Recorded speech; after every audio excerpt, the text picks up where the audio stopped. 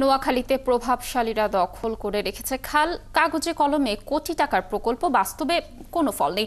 দর্শক, এ নিয়ে বিস্তারিত জানাতে আমাদের সাথে যুক্ত হচ্ছেন সহকর্মী মিজানুর রহমান। মিজানুর, কি কারণে খালগুলো দখল হয়ে আছে? আপনার কাছে কি তথ্য রয়েছে এ ব্যাপারে? আর এলাকার লোকজন এই বিষয় নিয়ে কি বলছেন? আর প্রশাসনের কোনো উদ্যোগ রয়েছে কিনা জানাবেন। লাবণী, শুভ সকাল।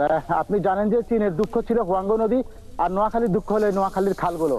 অর্থাৎ আপনাকে বলতে পারি যে এই প্রতিটি রাজনৈতিক সরকারের আমলেই এই খালগুলো ভরাট হয়ে দখল এবং দূষণে আজকে নোয়াখালীতে যে কয়েকটি খাল রয়েছে সেই খালের এখন প্রায় এখন নিশ্চিহ্ন হওয়ার পথে। 2018 সালে এই নোয়াখালীর দুঃখ নিরসনে প্রায় 324 কোটি 98 লক্ষ টাকা ব্যয়ে 160 বর্গ কিলোমিটার খাল খননের যে উদ্যোগ নেওয়া হয়েছিল, সেইটি স্বচ্ছতা এবং কতটুকু খাল খনন করা হয়েছে তা নিয়ে কিন্তু এখন মানুষের মধ্যে প্রশ্নের ঘুরপাক খাচ্ছে। আপনি জানেন যে এই যে সম্প্রতি নোয়াখালীতে যে ভয়াবহ বন্যা হয়েছিল এবং বন্যা থেকে যে জলাবদ্ধতা হয়েছিল, এর পিছনে অন্যতম কারণ হলো খালগুলো ভরাট হয়ে যাওয়ার কারণে। এখানকার যে খালগুলো রয়েছে সেগুলো রাজনৈতিক সরকার এবং প্রশাসনের যোগসাজশে এই খালগুলো কিন্তু দখল হয়েছে। আমি এখন আছি নোয়াখালীর একটা সবচেয়ে গুরুত্বপূর্ণ বাজার চৌমনিতে। যে চৌমনি খালকে কেন্দ্র করে এই চৌমনি বাজার হয়েছে, আপনি হয়তো ক্যামেরার মধ্যে দেখতে পারবেন এই খালটি কিন্তু এখন দখলে এবং যে অবস্থা হয়ে গেছে, এই খালের উপর দিয়ে এখন নিয়মিত চলাচল করা যায় এবং খালটি অনেকটা শুরু হয়ে গেছে। এর দুই পাশে বিভিন্ন ব্যবসা প্রতিষ্ঠান, দোকানপাট গড়ে উঠেছে।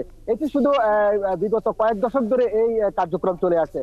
আপনি বলছিলেন যে এই খালের থেকে উদ্ধার করার জন্য সরকারি উদ্যোগ পক্ষ থেকে গত সেপ্টেম্বর মাসে বন, পরিবেশ এবং উপদেষ্টা সৈয়দ রেজওয়ানা হাসান তিনি একটি গণশুনানি কার্যক্রম গ্রহণ করেছিলেন জেলা পরিষদ কার্যালয়ে।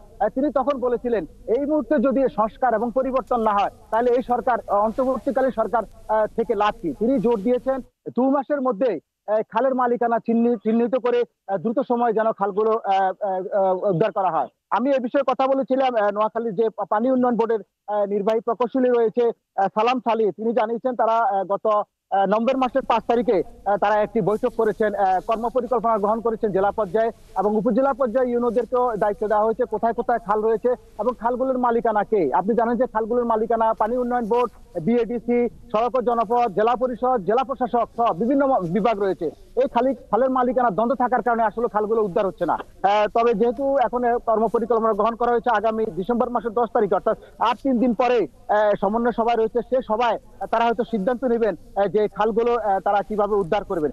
এটি ছিল আমার কাছে নোয়াখালীর খালের সর্বশেষ খবর এবং সাধারণ মানুষের দাবি হলো আগামী বর্ষার আগে যেন আবার সেই বন্যা এবং জলাবদ্ধতা সৃষ্টি না হয়, তার আগে যে খালগুলো জবরদখল দখলদাররা দখল করে নিয়েছেন খালগুলো উদ্ধারের।